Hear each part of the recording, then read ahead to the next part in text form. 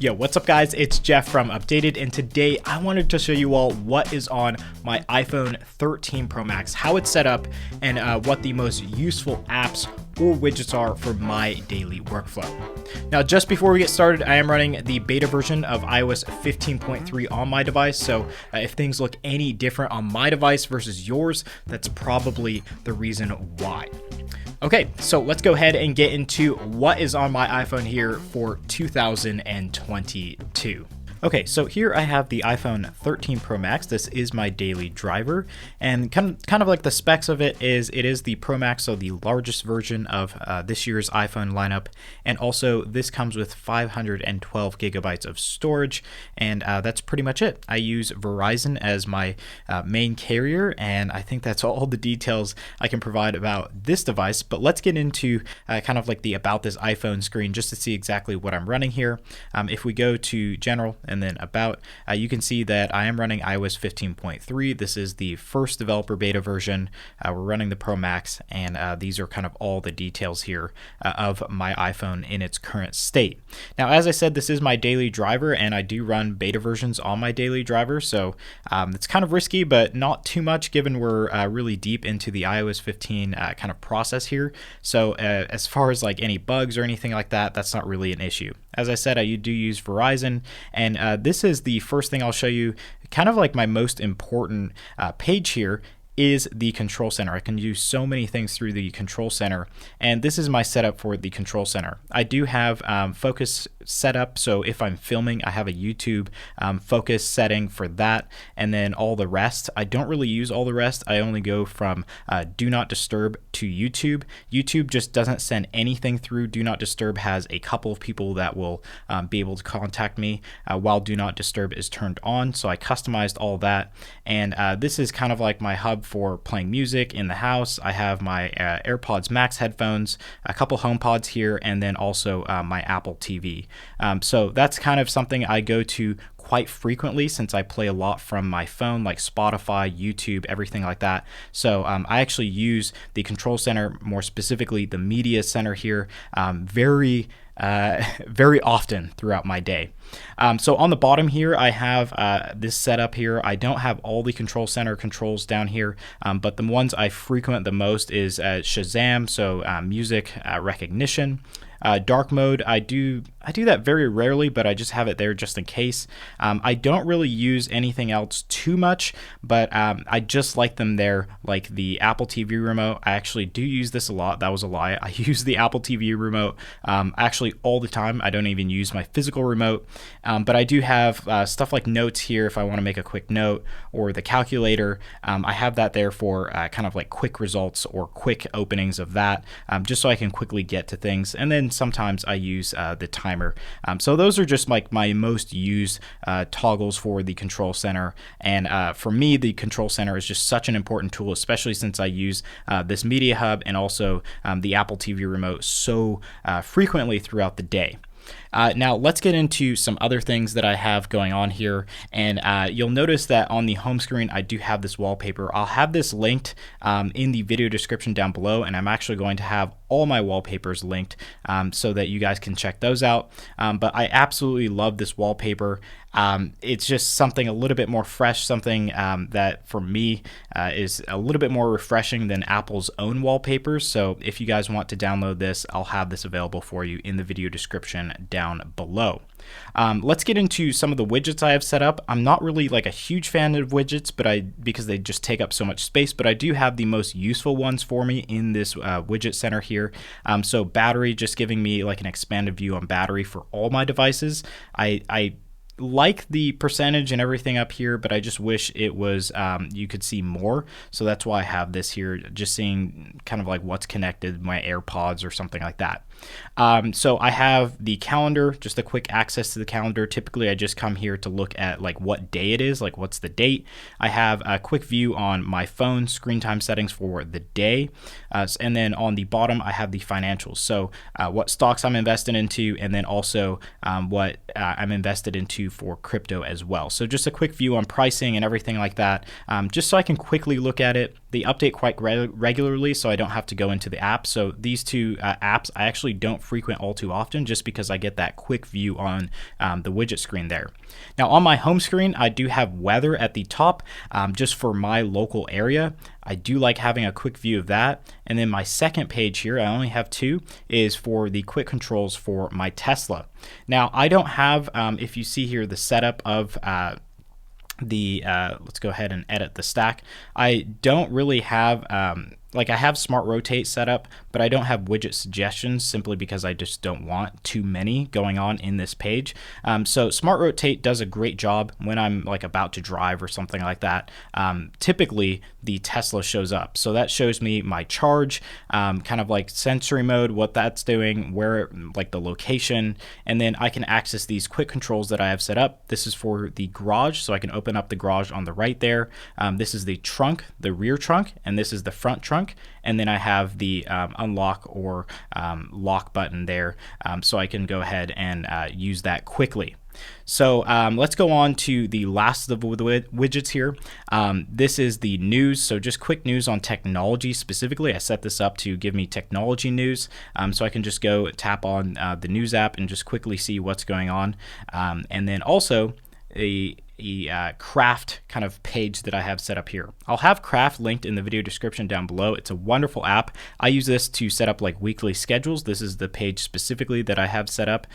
So I have the to-do for this week, and then I have kind of like meals, like meal planning. I don't really meal plan like to work out or anything like that. It's just getting ideas for meals, and then also like a shopping list and kind of like what I'm doing each day. So I just like having quick access to that via the widget there on the second page. But yeah, that is my current widget setup and also the control center setup that I have for my iPhone here. Now, moving on very quickly to the home screen layout. And as you can see, I do like to keep things a little bit more tidy on the first screen. And then some people have told me this is like a jumbled mess on the second screen, but for me, it just seems very organized since it's all in folders. So on the first screen here, I have my most used apps that I go to quite frequently. So that would be obviously Messages, YouTube, Tesla, just to name a few that I go to really quickly. And then Google Home is actually something that I use for my home. I have Nest thermostats, Nest cameras for like the front door, and then also a Yale door lock. So I can tap on that, unlock my door directly from the Google Home app. Unfortunately, those don't have any like Apple Home stuff going on there, so I can't use that. So I do use Google Home. And then LifeX is where I control all of my lights in the house. Not one single light I use a switch for. So that's pretty nice, just having those two apps there so I can have quick access to them.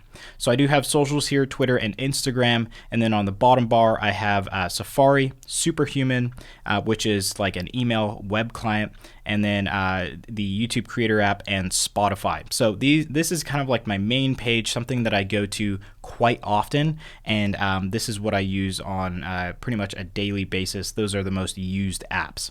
Now on the second page, I just have all the apps that there are some apps in the app library that I don't use very often, but these are all the apps that I tend to use more often than not. And if I don't use them hardly at all, I just move them over to the app library.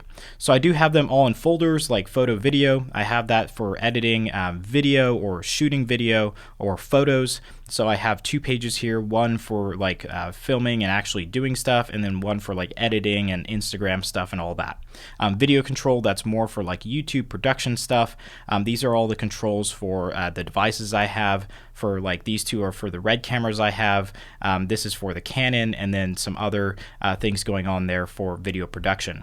Games, I'm not really a huge fan of games. I used to be. I just play them on like an airport or like somewhere where I'm super bored, where I don't have anyone to talk to. Typically play a game once or twice, maybe a month. So I do leave that there just in case. But this is actually like travel. This is something that I use quite often just because I do have a Tesla, and I like to search for charging stations and all that. And then also I have a, this is for my Reviver is for my license plate. So I have an electronic license plate. I can control certain things there. Now the next row here is business and finance. I just have a bunch of finance apps going on here. Y'all like may not know exactly what all these are, but this is just mostly finance stuff going on here. It's kind of boring, but I do frequent that just to go to Amazon mostly and then check on packages being delivered there on the bottom. Now, this is probably one of the most important folders or pages on this app page number 2. You can see I do have duplicates here. So I have the LifeX app and the Google Home app. Those were over here. I have duplicates of those on this page as well, just so that I can have all the stuff in one area in like a folder. So a lot of this stuff I don't really use all too often, but I do have it here just in case. The iRobot is just like I have a robot vacuum, and then all the rest is just for DoorDash, Postmates, Instacart. That's where I do all the shopping.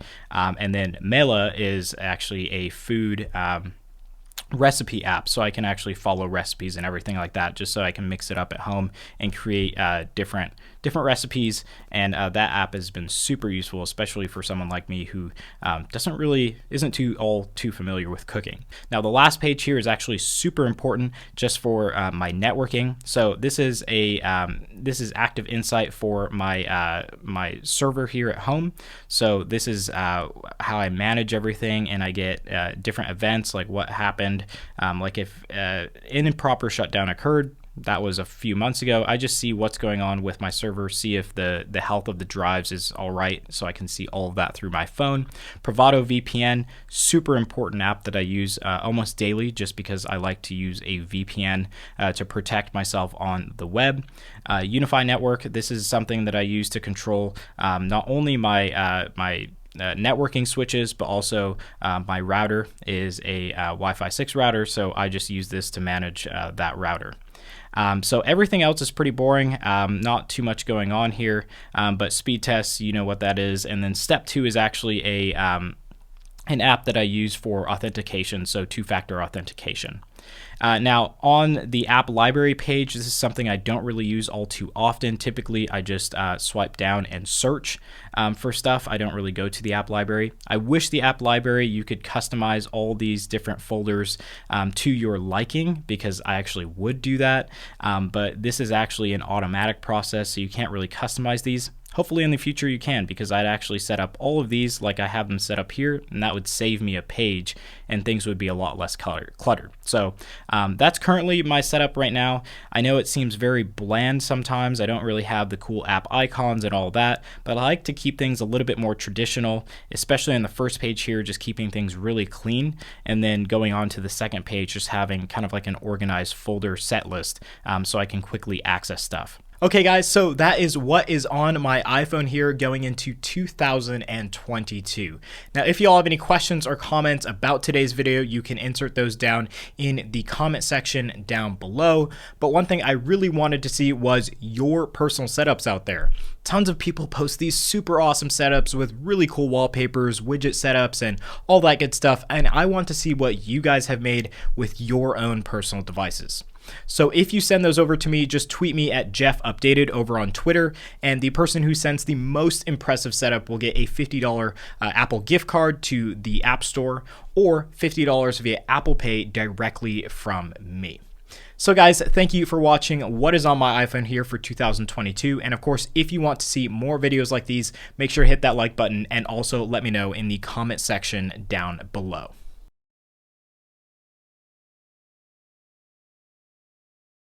Hey guys, thanks for watching today's video on the updated YouTube channel. Before you head out, make sure to get subscribed and also hit that notification bell button to stay up to date for when we publish any new content here on the channel. Also, if you want to check out some other things that we have going on, check the channel information link down below. It's solo.to/updated. You can check out our channel memberships, our merch store, my personal Twitter account, which you should totally follow, and a link to the updated podcast where we have new episodes every single week. That podcast is called The Infinite Loop, and we talk about everything going on in the world of tech. Also, we have links to our giveaways sponsored by awesome companies like PrivadoVPN, so definitely check those out as well. We'll have a new one every single month. So guys, thank you again for watching today's video, and we hope to see you guys in some upcoming content. But until then, I hope you all have an awesome day.